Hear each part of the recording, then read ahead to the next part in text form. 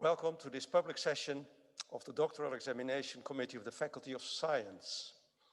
In this regard, I ask that you turn off any mobile devices you might have. I open this public session with this votum. Our help is in the name of the Lord, who made heaven and earth. Please be seated.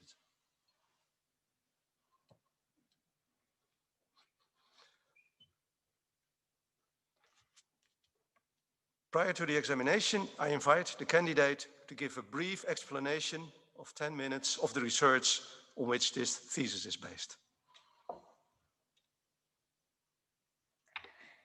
Rector, ladies and gentlemen, thank you for your presence here today. I'm excited to share my research with you. I'd like to mention that this research is dedicated to my father. So the main message of my thesis is that if we wish for complex intelligence, then we need to take the environment into consideration.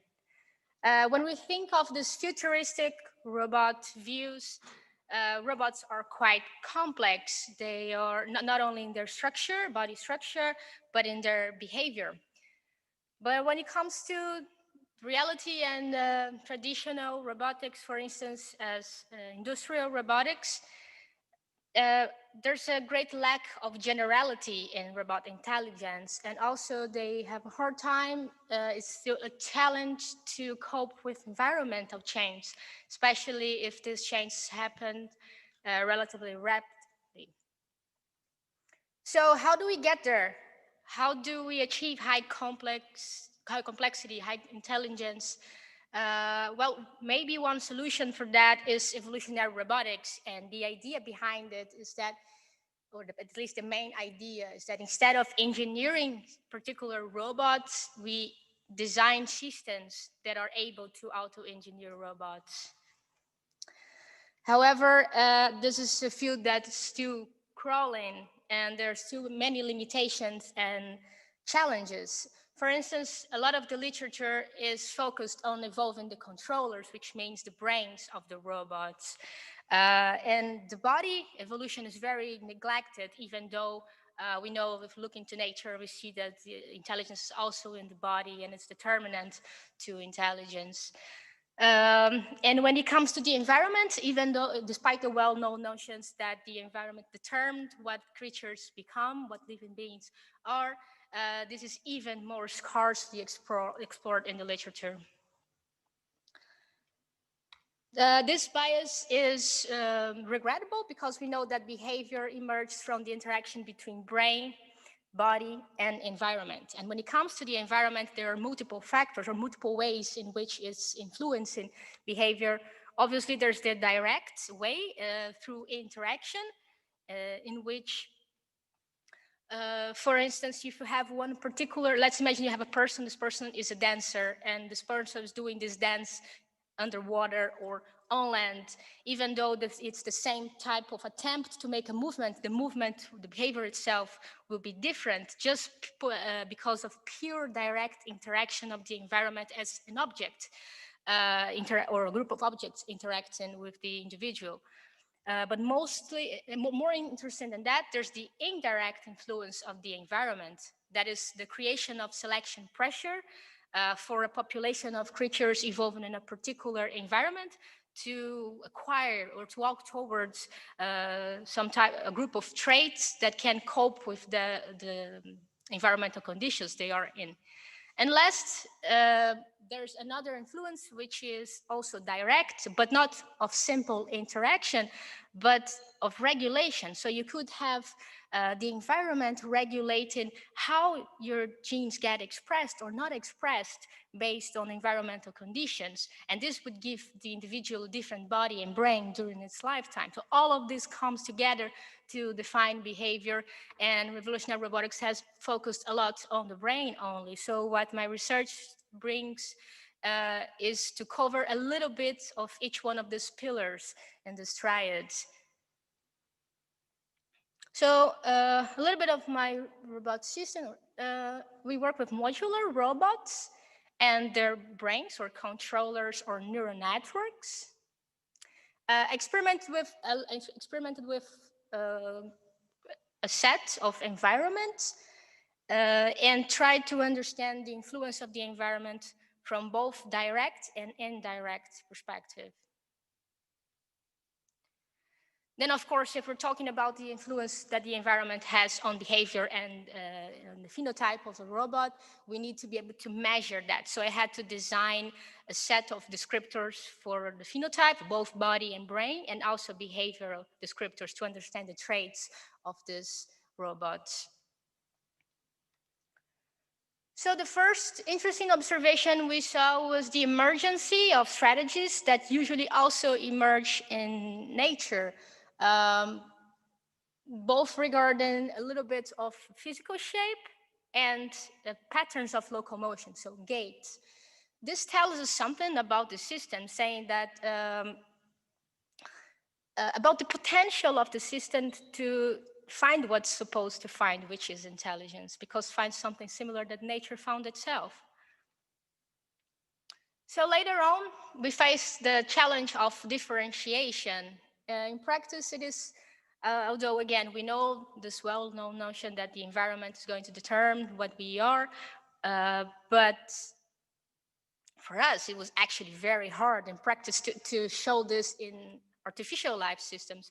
So we did a lot of experiments, and most of the time, no matter what type of environmental change, for instance, here we have in the middle obstacles, to put some obstacles on the way, but we would still get the same type of solutions or type of robots that would emerge in the plain environment. And those robots were basically what we call snakes. They're like the robots that have one limb and usually kind of straight, though not necessarily, and they grow as big as they can, as actuated as they can, and roll around. Apparently, that's sufficient for a plain floor, but it was also emerging when there were blocks, even though this was not ideal to deal with blocks. Somehow we could not create selection pressure to induce differentiation in the morphological level. And finally, we managed that by creating the challenge of climbing a hill. By tilting the floor, we made robots climb a hill, and this created a new type of selection pressure. Now robots became smaller, with more limbs, more proportional, and a little bit less actuated. So then we thought, well, what happens if we change the environment gradually throughout the evolutionary process? And well, the effect was something that at first seemed a bit funny because it was the opposite from what I was expecting. I was expecting the gradual change to highlight even more the traits that are emerging in the tilted environment, which are the limbs or the proportion. But that was the other way around what happened. And then we turned back to biology, got the help of some biologists to interpret these results, and they said, well, that makes sense. That's what happens also sometimes in nature. So what happened here is that we started evolving in a particular environment, and later we changed it to a different environment, little by little.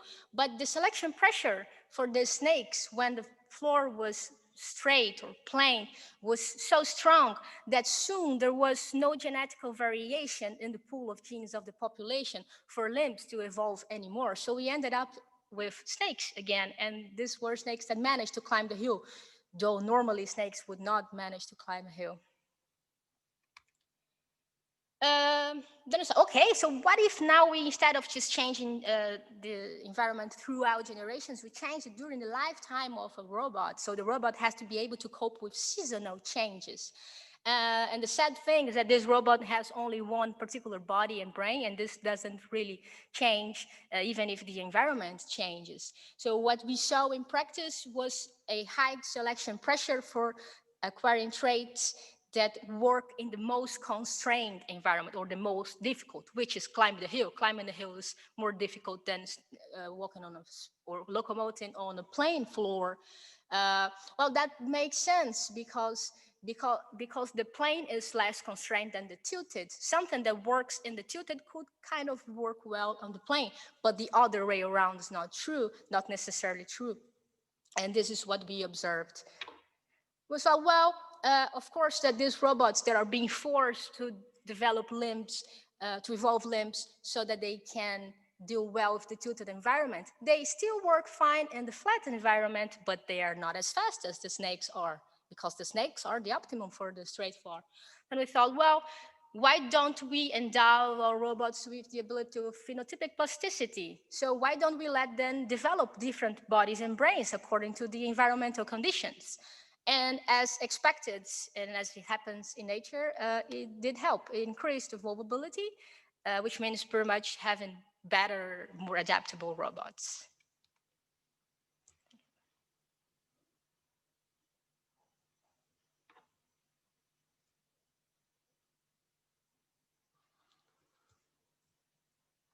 Thank you very much. May I hear from the candidate that she is prepared to defend her thesis? Rector, on your authority and as authorized by the College of Deans and in accordance with the doctoral examination committee in the Faculty of Science, I'm prepared to defend my thesis entitled, "Where is the Robot?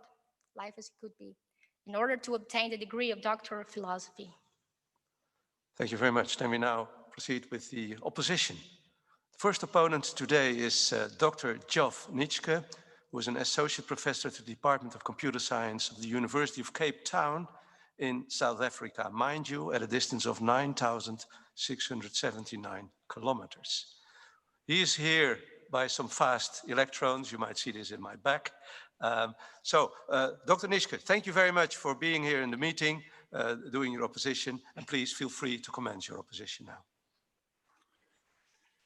Dear candidate, on the authority of the rector and by the virtue of my right, I'd first like to thank the candidate for such an excellent piece of work and congratulate her on a very comprehensive, well done and well thought out study. Good work.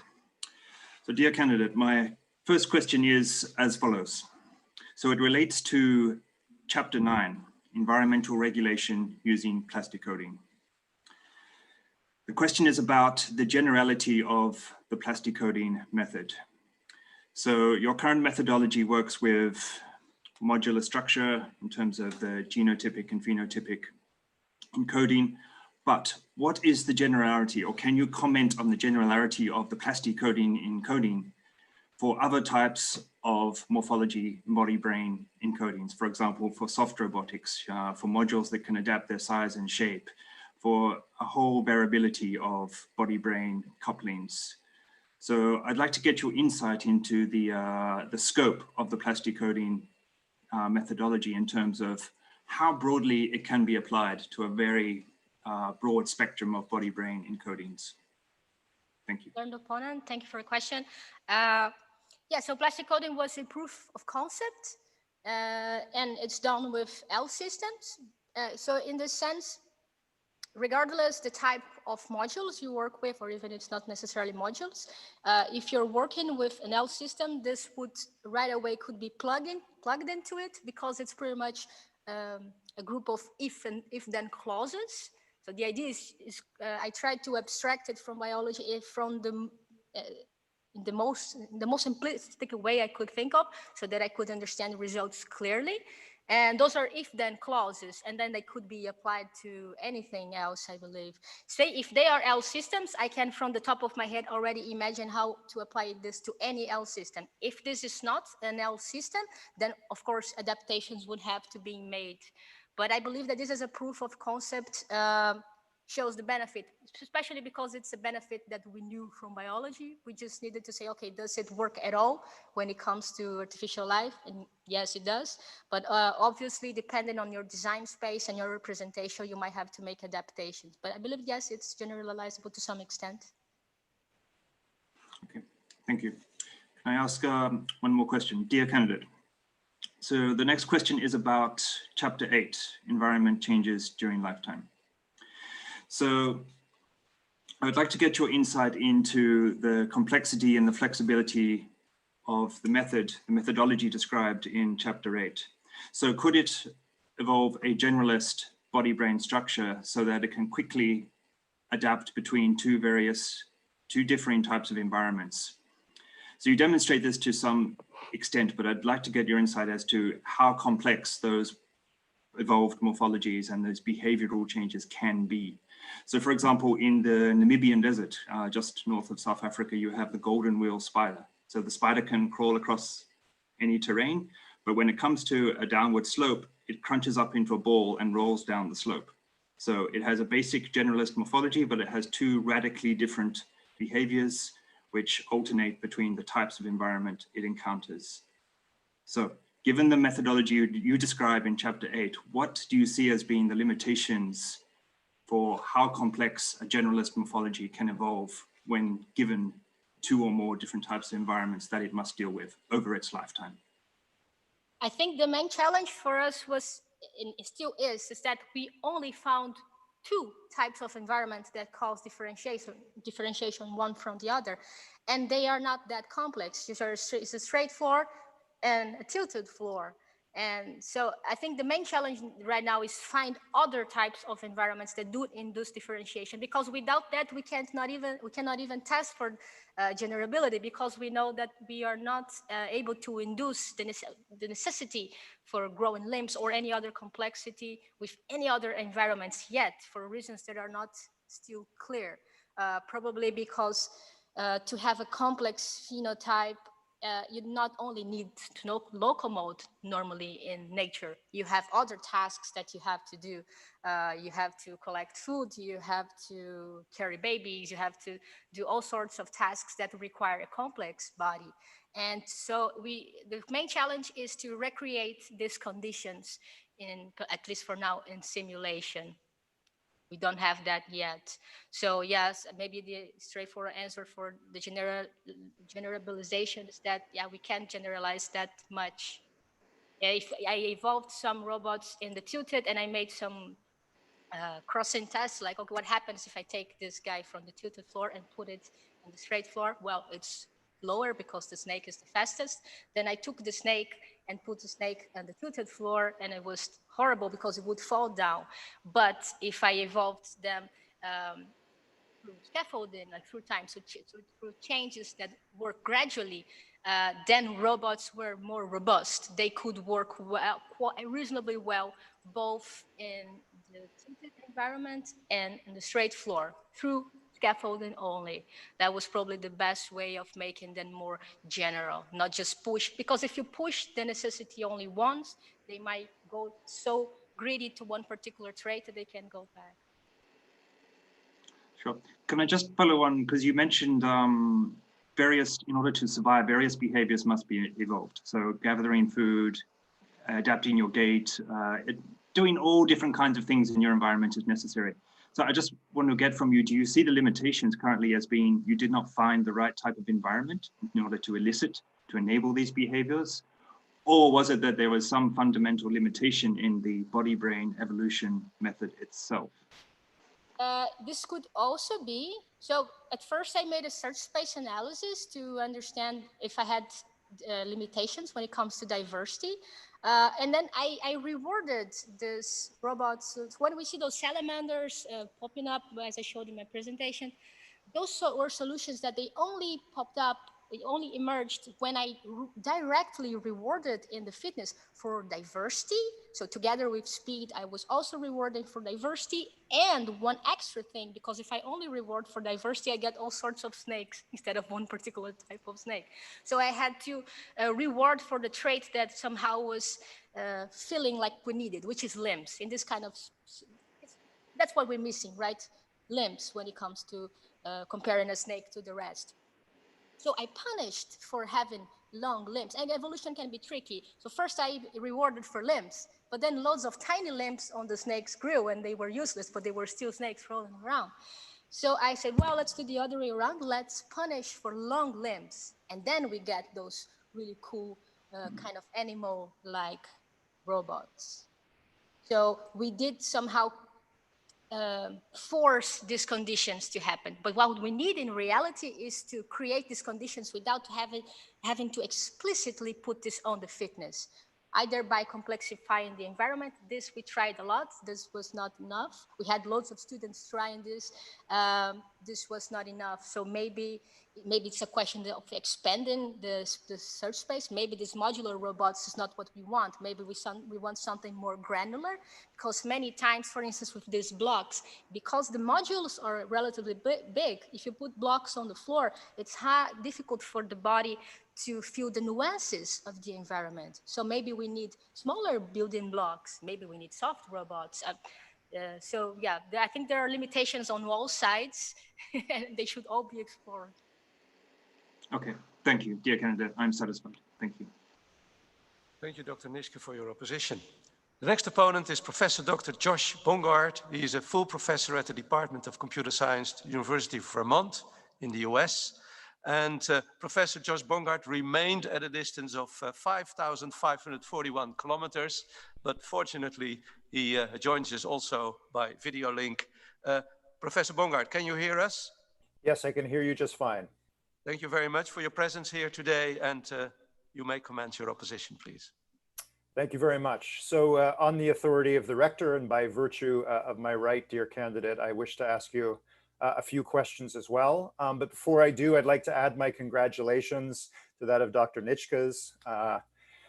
I'd like to thank you particularly for a very thorough and creative thesis. As you know, evolutionary robotics is intellectually challenging because it requires mastery of not just computer science, but some aspects of neuroscience and evolutionary biology as well, which I believe you've demonstrated.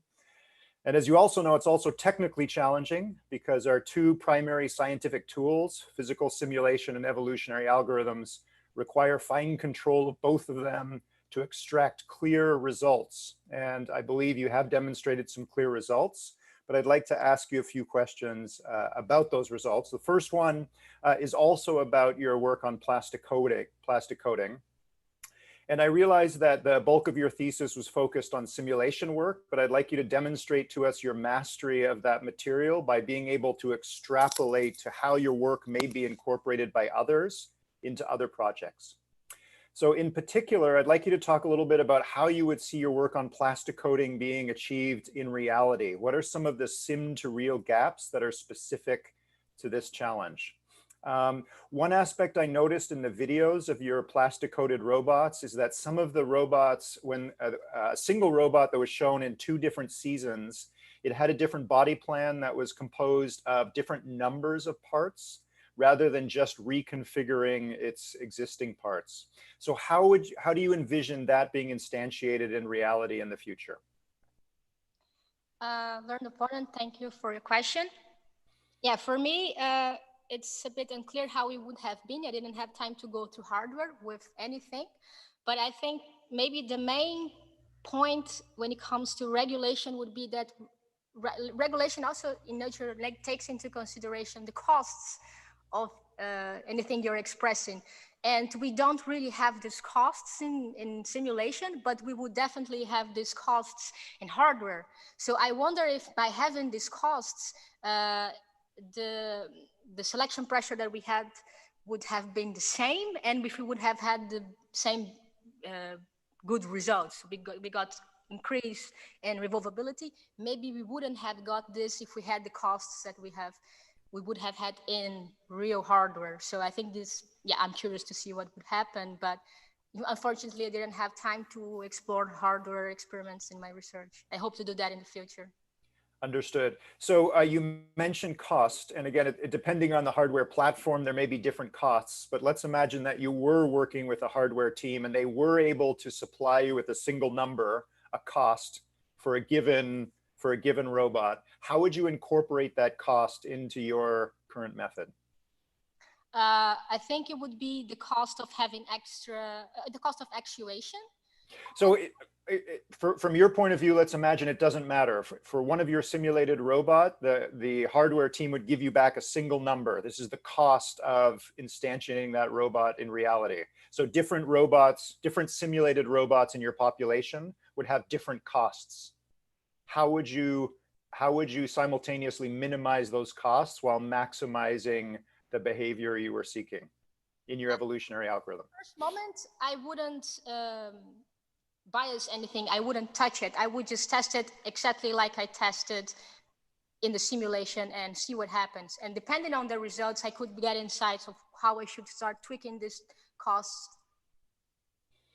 So as you can probably imagine, the cost would probably start to creep up over an evolutionary run, because probably things that they're either exploiting some aspect of the simulation or the body plan is becoming more complex. So how would you deal with that challenge that evolution was seeking increasingly fit robots, but also increasingly costly robots to the point where that may be difficult or impossible to instantiate those robots in reality? How would you tackle that challenge in your system? Maybe to consider this directly in the fitness function and punish this type of exploitation. Maybe putting limits into the development, so incorporating this into the genotype structure itself. And this is a fixed constraint. Okay, you don't develop more than that in those on that conditions. I will start like that.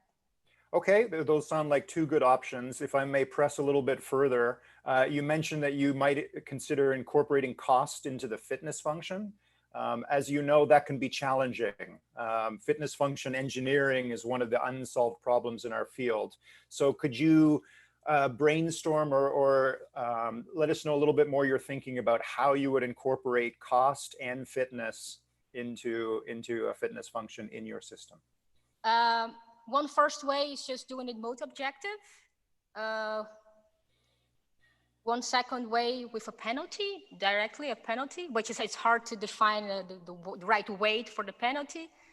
What else?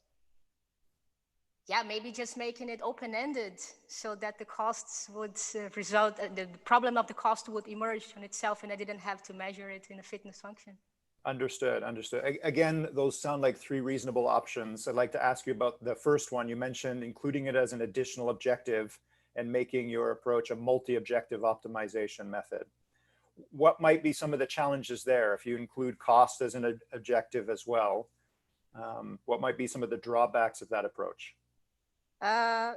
Because they could end up having the same importance. I could have robots that don't cost a lot, but really don't go where I want them to go and are kind of in between. Because I had this problem when I was combining speed with diversity, and I tried mode objective, and okay, they were kind of diverse and they would locomote a little bit, but it's not the kind of locomotion I wanted. These two pulling forces were just living the donkey in the middle and not going anywhere. So this is why I appealed to using a penalty. So I think this could be the same with the cost.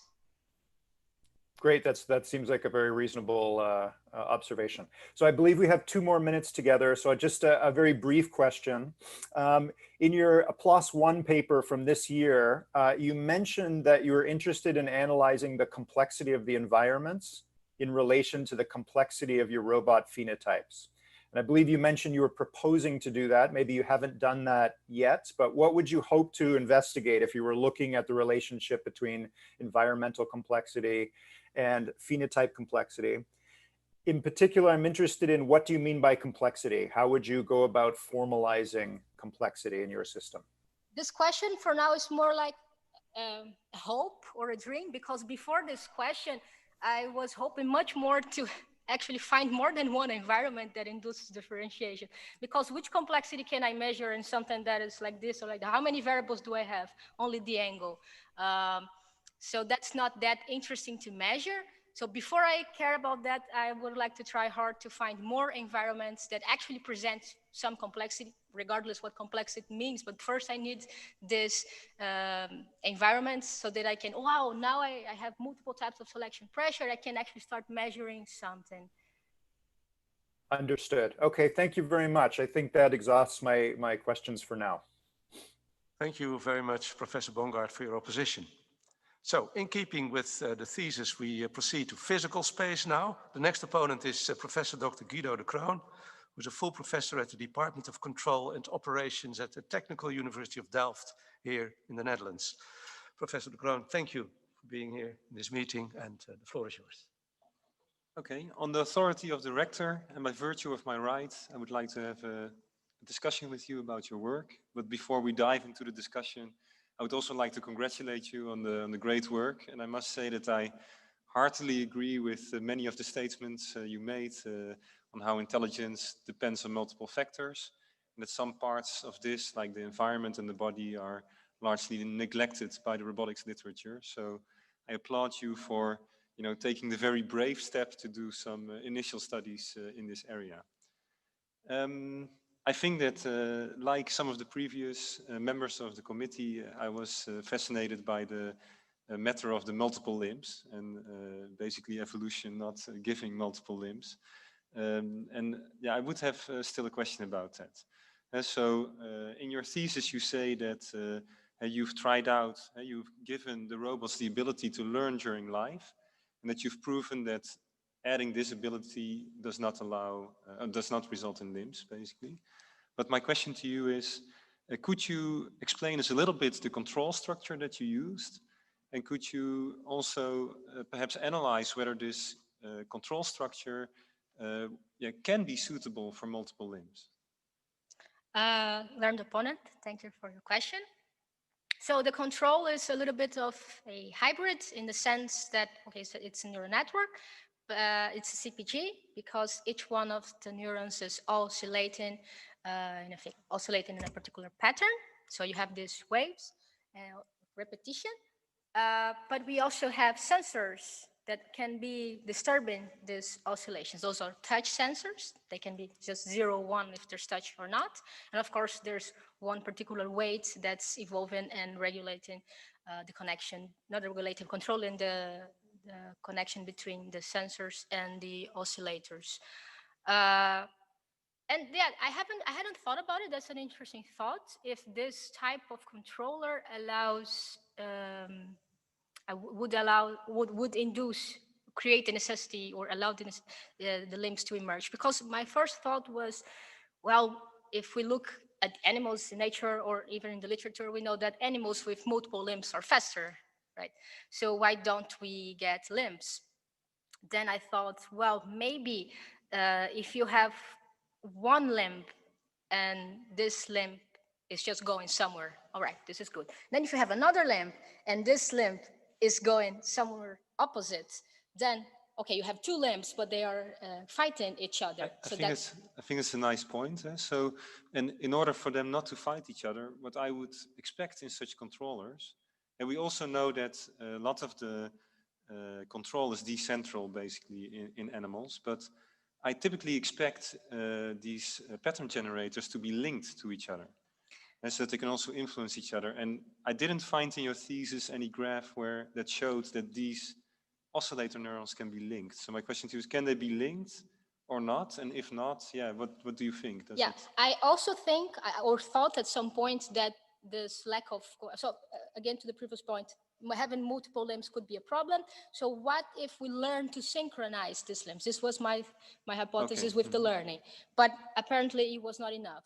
At some point I thought, yes, I'm going to interconnect these oscillators, which is something my colleague has done before in his research. He interconnected the oscillators, but what I wanted to do is to leave this to evolution. I didn't want to handpick as it was done in previous research. So neurons that were regarding joints nearby each other were interconnected. That's a reasonable rule. I didn't want to do that. I wanted to see how much I could push evolution, and then I did that. I let evolution collect the dots, but that complexified everything so much that robots would not really go anywhere. So I turned off this connection between the oscillators and kept it in the pocket for future research. Yeah, but I believe that this could be one of the solutions indeed, but I didn't have time to keep on investigating that. So to summarize, just to see if I understood, you gave evolution the option to link the oscillator neurons together in the way that evolution wanted, but then apparently the complexity of the problem became so big that you didn't find any solutions or yes. Okay. Do I have time for one final question? So another thing that I thought was very interesting is your investigation into novelty search. So yeah, novelty search is, I think, one of the biggest things that has happened in evolutionary robotics over the last years, let's say. But yeah, the difficulty of novelty search is how to define the behavior, and because that's going to drive evolution then to reach diverse behaviors. And you chose one way to define this variation, but then you analyze it with a different method, which you call NSC. You spent quite some time analyzing why novelty search that optimizes one measure does not give novelty in the other measure. I mean, gives less novelty in the other measure than standard approaches. So I was wondering, how do you look at that? And did you try to put this NSC into the fitness function for the novelty search? No, I did not. The idea of the novelty search was, it deviated a bit from the standard novelty search, which goes looking for behavior. So instead of looking for behavior, I was looking for morphological differentiation. So, and then when you find yourself in the cubes, well, these measurements are pretty much what defines the cube. So yeah, in a way, that's what you're looking for directly. Novelty search was the only way of obtaining real diversity with my robots, but if I optimized it only for novelty search, they would not go anywhere. Only for diversity, they were not good in behavior. I tried it with behavioral novelty search as well. It was good, but it was as good as with the fitness, so I didn't see a point of doing it. And only the combination of speed and novelty and a particular penalty for having long limbs achieved what was kind of interesting shapes. Okay, yeah, thank you for your answer. Thank you very much for your opposition, Professor De Croo. The next opponent is Dr. Roy de Klein, who is an associate professor in social and behavioral sciences at the University of Leiden. Dr. de Klein, thank you very much for your presence here, and the floor is yours. Thank you. I'm the authority of the rector, and by virtue of my right, dear candidate, it's been a pleasure to read your dissertation. The field of evolutionary robotics is certainly an exciting one, and your dissertation frames it in a way to make it even more exciting, as you say, life as it could be. I have some questions about, well, they're quite general questions about evolutionary robotics and the techniques it uses, and specifically the techniques that you use in chapter 5. Let me introduce it. In your dissertation, you point out some shortcomings of the field of evolutionary robotics, among which is the focus on evolving only the robot controllers and basically ignoring robot morphology. On the other hand, the field of evolutionary robotics often prides itself on its parallels to nature, using agent diversity coupled with selection pressure to optimize agents. Now, in evolutionary robotics, within an agent's lifetime, its controller is often static, with changes only occurring between generations. That's the evolution part. Transgenerational learning, if you will. However, we know that animals do not only do transgenerational learning, but during an organism's lifetime, changes also take place. And for agent morphology, you acknowledge this in chapter 9, where you introduce the concept of plastic coding. That was the topic of earlier questions. This is a type of phenotypic plasticity, the possibility of changing the phenotype of an agent while preserving basically its genotype. But for behavior, you do this more prominently in chapter 5, where you investigate both inheritable controllers with crossover and mutation, as well as controllers that also learn during the agent's lifetime.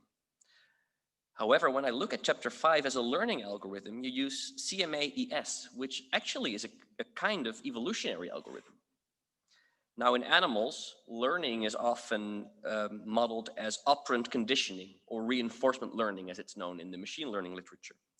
So through trial and error, essentially exploring the agent's action space, if you will, and then receiving differential reward, animals learn to maximize reward by producing more of the behavior that yields reward and minimizing behavior that reduces this reward. On to my question.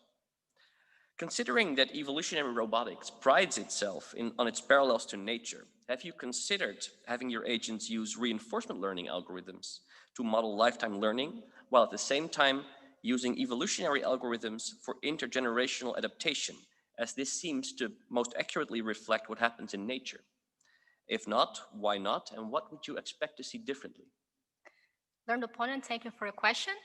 Yes, definitely, I thought of that, but particularly in my research, in general, I didn't focus on learning. I think there's a lot of focus on learning in the literature, and I wanted to focus on something else. So I wanted to focus on regulation, on a step before, because regulation is so important, and nobody's looking at that. Everybody's looking on the other side. Of course, I could have done both, but learning comes with an extreme cost.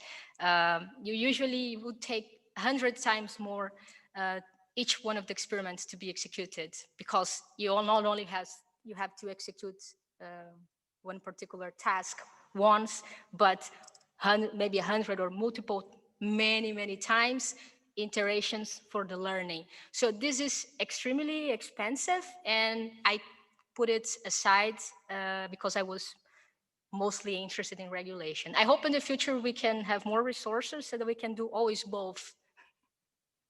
All right, thank you.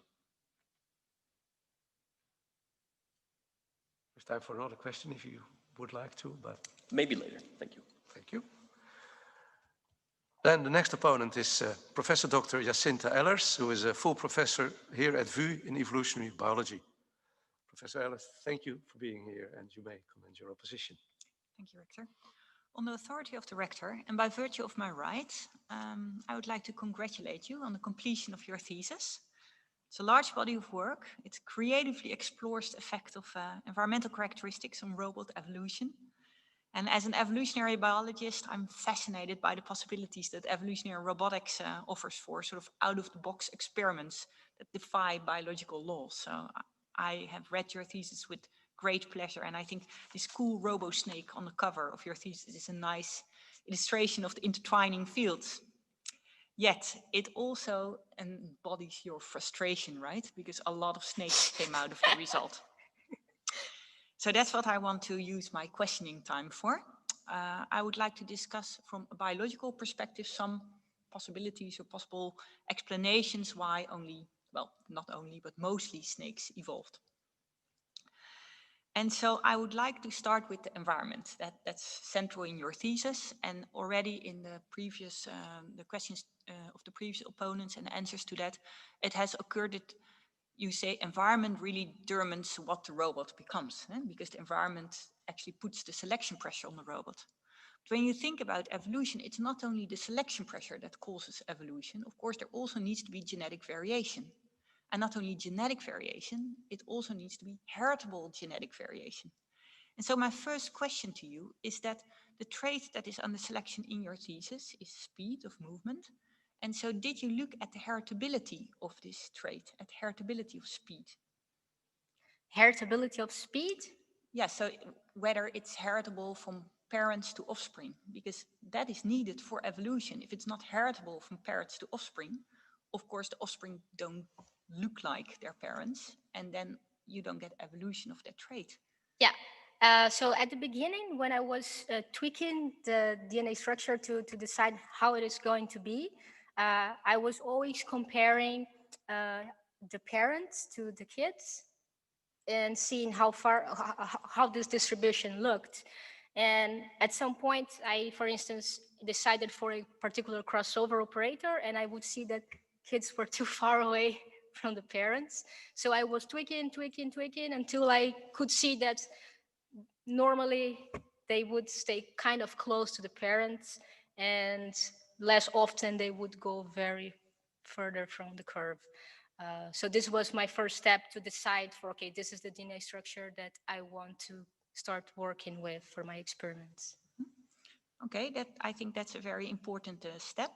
So at least there was heritability, but heritability or the degree of heritability of this genetic variation really also depends on the environment, because the environment also brings some variation in the trait about. And so if you introduce different environments, like your tilted environment, which is a very interesting environment for the evolution, maybe that environment would bring more variation, environmental variation about in how fast a single robot could run.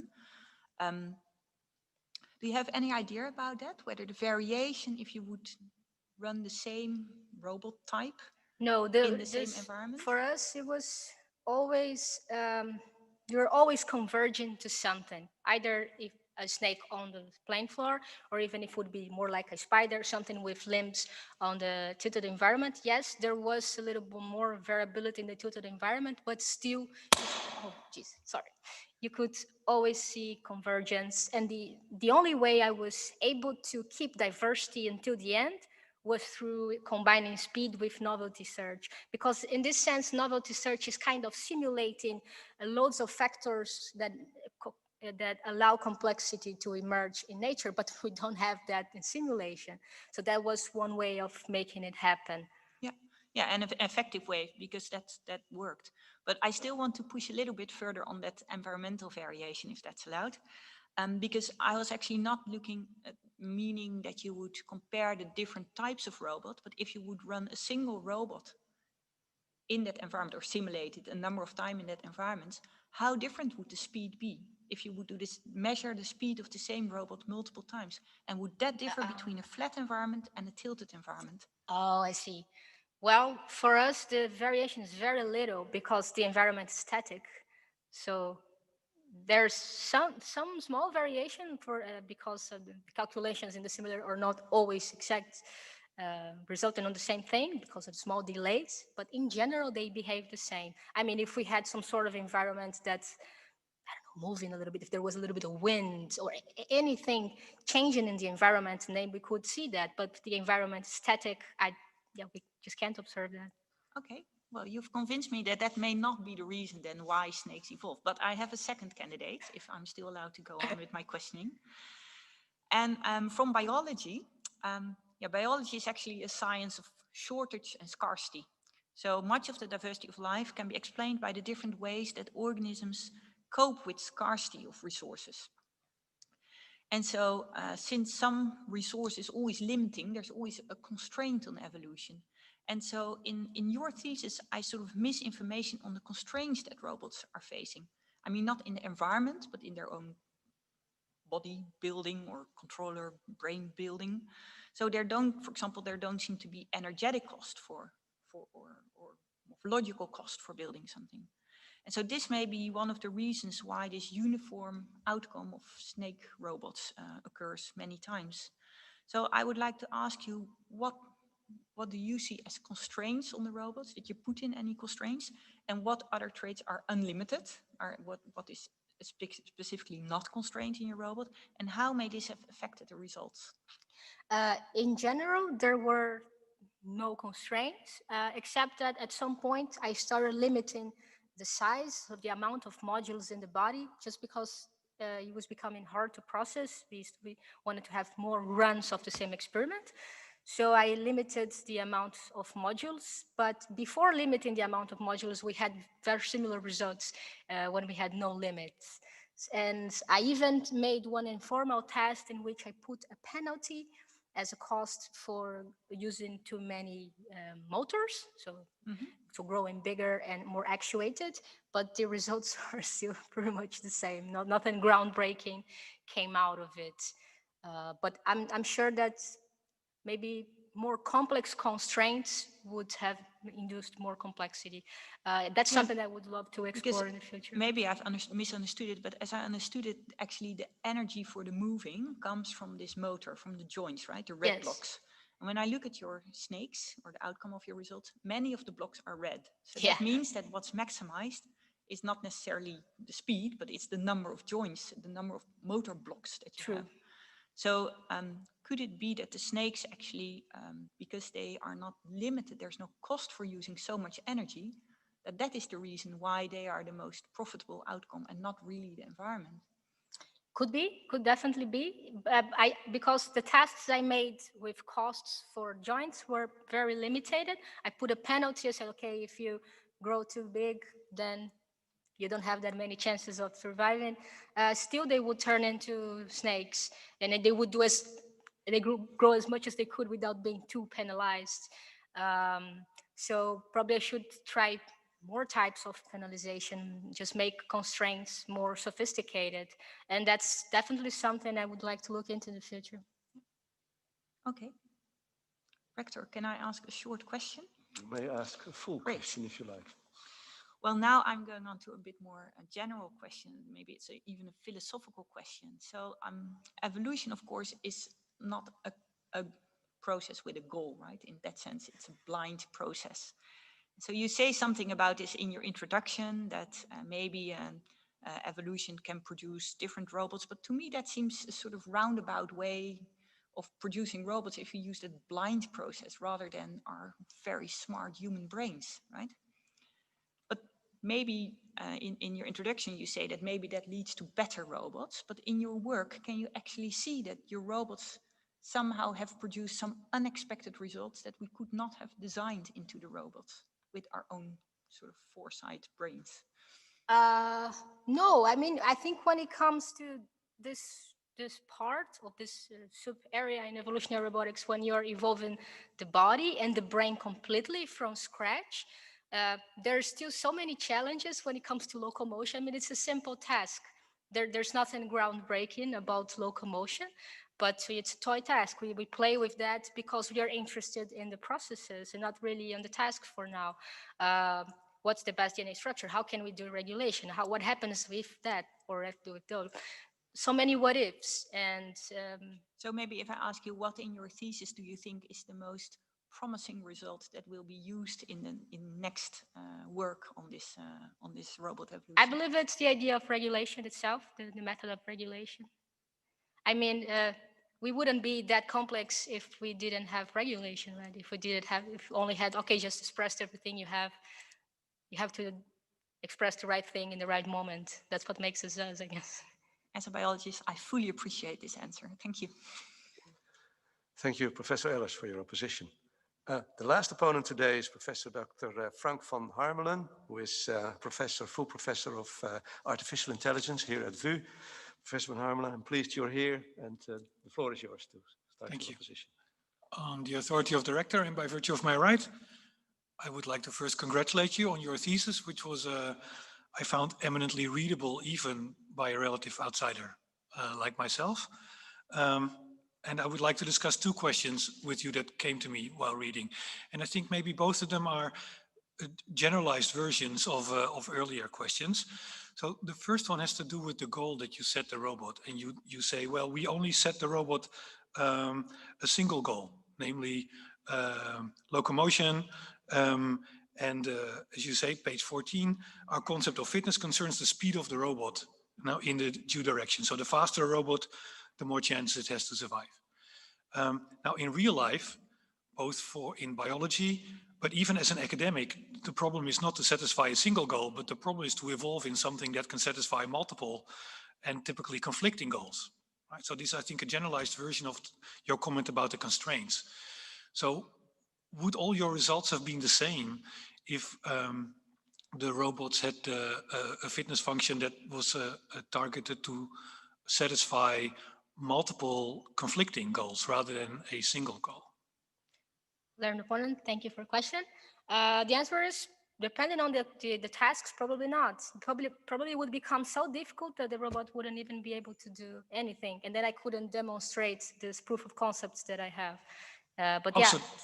I believe that first, so I've demonstrated it with locomotion. So maybe one next step could be, okay, what happens if we do the same with locomotion and food collection, for instance, and little by little increasing this problem. But I think starting with a bag full of eggs might not be ideal. Start one thing at a time and see if you fail. No, if you fail, you go somewhere else. And then when you succeed, and then you start increasing the complexity of your problem. So I wanted to be humble and start with what's doable. So I want to understand, make sure I understand, because this sounded like a surprisingly negative answer. Namely, you're saying, well, if we had confronted our robots with a fitness function that was trying to satisfy multiple conflicting goals, they wouldn't have gotten anywhere. That's what you were saying. I'd say that maybe, I don't know. So I think in the literature, locomotion is very used.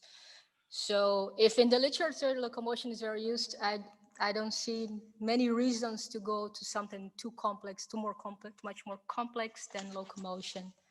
So I think it was a reasonable start. Okay.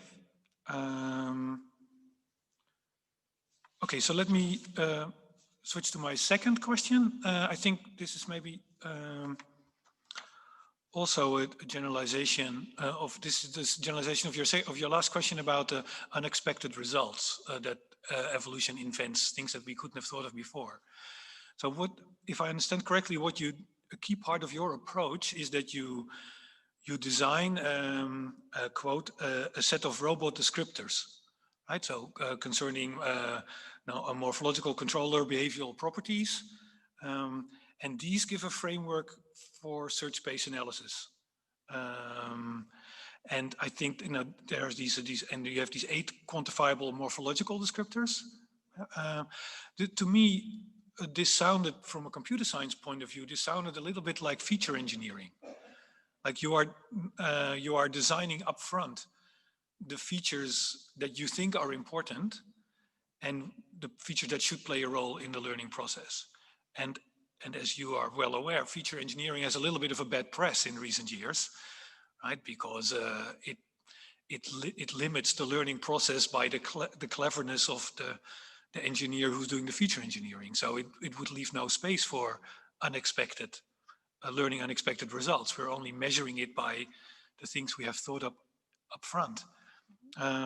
So would you agree with my analogy that this is like feature engineering? And could you imagine a way of doing your experiments without this upfront feature engineering? Yes and no, because these features, they are not used before the evolution, except for one particular set of experiments where we were rewarding for diversity. We always do the experiments and then we measure the results. So those are just ways of looking, ways of describing the phenotype and the behavior. And I actually started with 40-something measures, but then I was advised to focus on some measures. Ended up with 9 for the body and 11 for the brain and 2 for behavior. But those are always used a posteriori, never a priori, except when we were searching for diversity in a way of tackling the selection pressure for snakes or the appearance of snakes, or trying to understand if we could have diversity. So, okay, what do we do? What can we do? What happens if we optimize in this space of traits that we can measure? And I don't see a way of going one step back, one layer back, because we need to think of dimensions to look at, right? But what do you look at? We looked at very low level dimensions, for instance, the number of blocks or the number of joints. Okay, so the essence of your question is I'm wrong in my analogy that this is feature engineering, which would be a fine answer. Would that be the shortest summary of your? No, we do feature engineering, but we don't optimize for these features that we're engineering. Okay. Right. I have a short question to follow up, Mr. Rector, if I'm allowed. By me? Well, absolutely. Okay, so this is a question. So one thing that I have learned from your supervisor is what he calls, or what is called the reality gap, right? So the inevitable gap between a simulator and the reality it is simulating.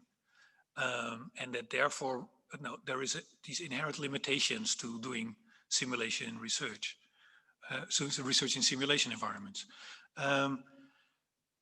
Not only are you, of course, I understand that for pragmatic reasons, you are executing your research in simulated environments, but is it not the case that this is inherent in this approach, that it would be impossible to ever do this without a simulator?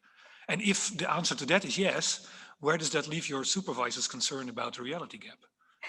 Well, I think this has been at least demonstrated, well, by my colleague here before. So we have people in our group of robotics who have tested some of these robots, so that we do know that they are feasible in reality. We have proved this concept. Sadly, we cannot prove it to each one of the particular independent research lines that we have for each PhD, but that's definitely a long-term view of our group. So your claim is that experiments at the scale that you are doing them will eventually be possible Well, in vivo? we hope that.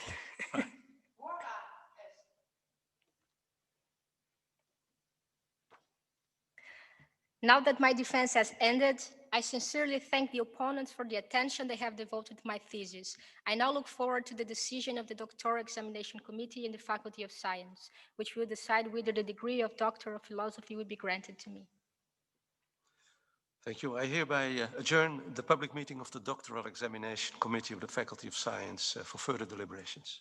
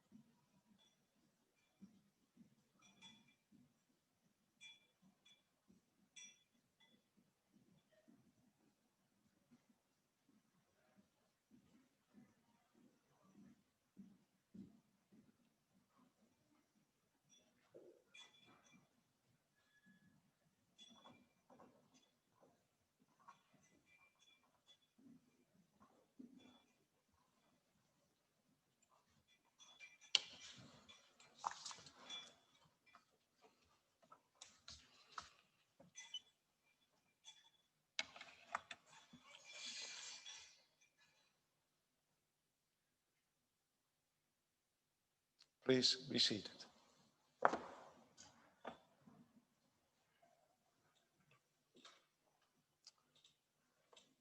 I reopen the public session. By its duly accorded authority, the Doctoral Examination Committee of the Faculty of Science has decided to grant the degree of doctor to Karine da Silva Miras Darajo.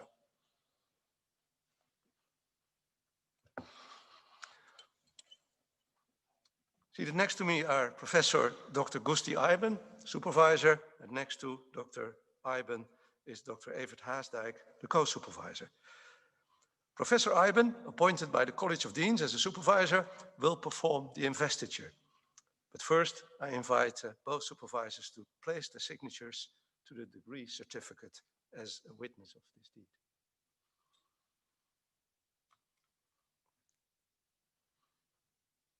As they sign the degree certificate, I declare in public that in the privacy of the closed session, the candidate, by her signature, stated her adherence to the conditions laid down in the provisions in Article 6 of the doctoral regulations of this university regarding rights and responsibilities of a scientist in society and, of course, in science.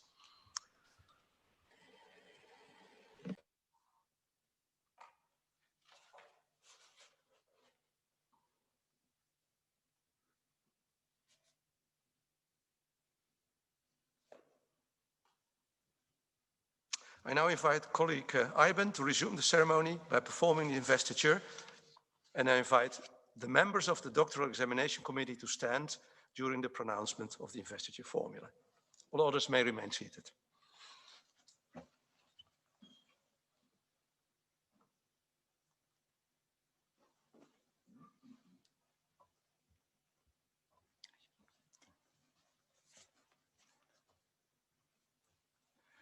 By the virtue of the authority vested in me by the statute of the Vrije Universiteit and as a supervisor appointed thereto by the College of Deans, I hereby confer on you, Karine da Silva Miras de Araújo, the degree of doctor, together with all rights, privileges, and responsibilities thereto appertaining. In witness thereof, the seal of the university and signatures of the rector and the supervisors have been affixed to the diploma you are about to receive. Please keep the distance. Thank you.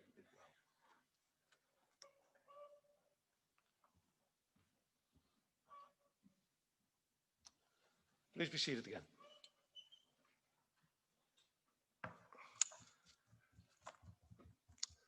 Well, the sitting won't be long for Professor Eiben, because I invite him now to continue with the laudation. And I'm sorry I made you come here.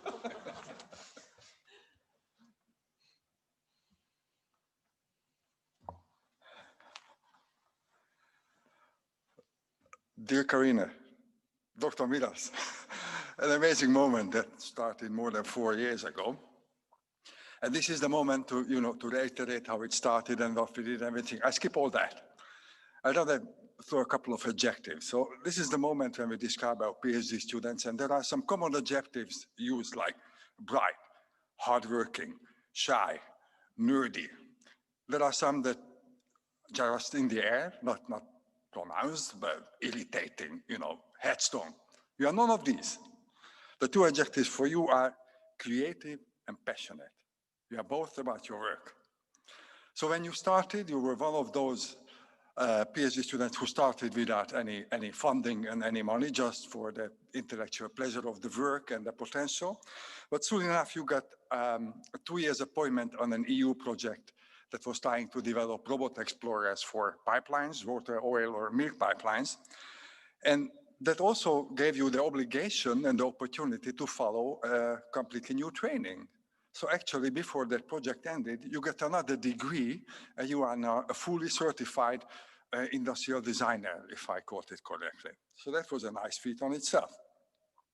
But then you started the real research on morphological evolution, which your whole thesis is about, and you discovered lots of things we didn't know, and maybe most importantly, you also introduced the methodology of morphological and behavioral also brain space analysis. So you looked at traits, you made the multidimensional space, and you analyzed the evolutionary process in that space. And regardless of the specific findings of your experiments in your thesis, I guess the method will really be used and is being used for another multi-million EU project on evolutionary robotics elsewhere. One of the disappointments of your otherwise very rewarding research were the snakes. So whatever we did, we always got those snakes. And rather than starting to hate them, you started to love them. So actually, you became almost a snake charmer. And I remember that wherever we went on a conference, you tried to buy snakes. You tried to buy snakes in Bangalore, you tried to buy snakes in Tokyo, and everywhere we went, there were some snakes, and you even bought them. So now you have quite a good collection of snakes. This makes me think of one of the anecdotes. Without one, there is no laudatio. Speaking of Tokyo, you made an everlasting impression on a lot of people on the Artificial Life conference who were around me at that moment, because you arrived at the airport without a credit card and without any money.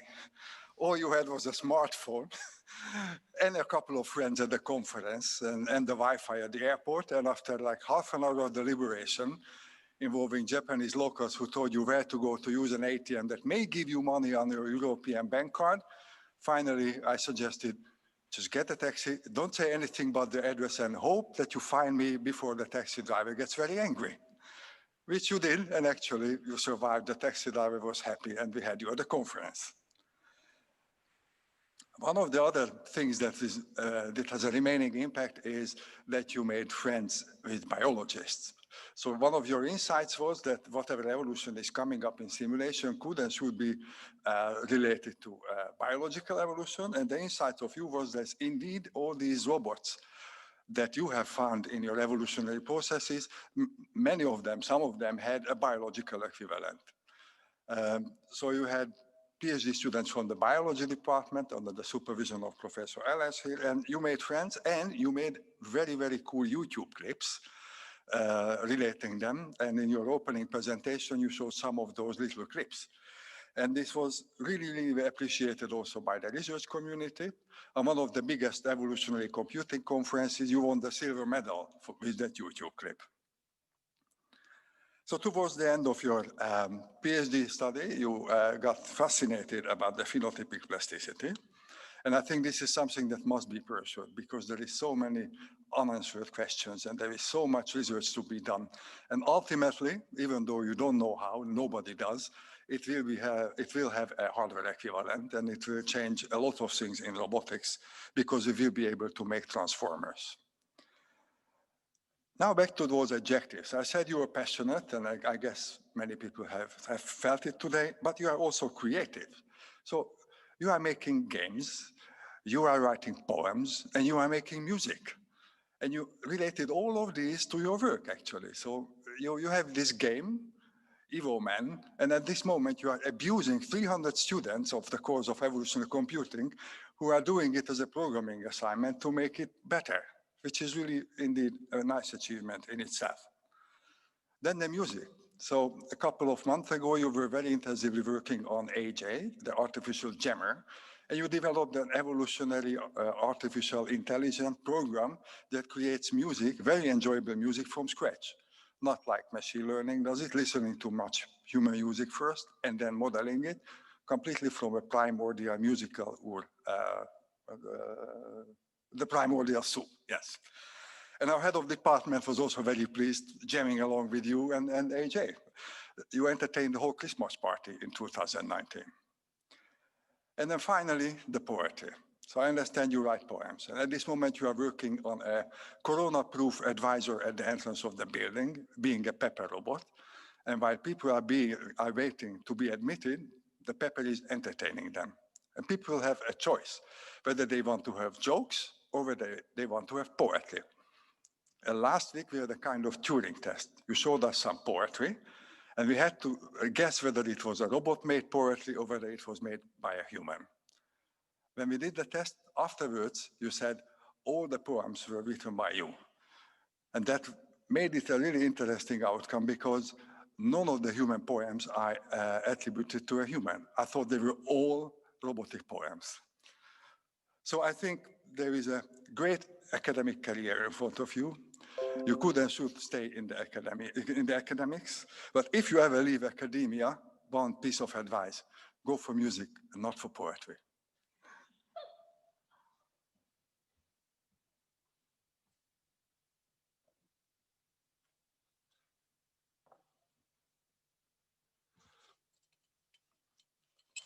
To the congratulations of your supervisor, I gladly add the congratulations of the Council of Deans of this university, and I would further like to extend the congratulations to all friends and family here present today.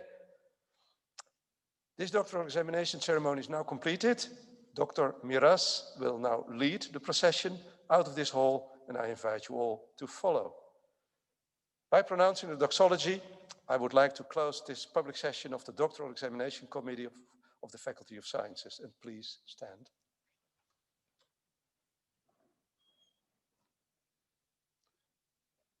The name of the Lord be praised to all eternity.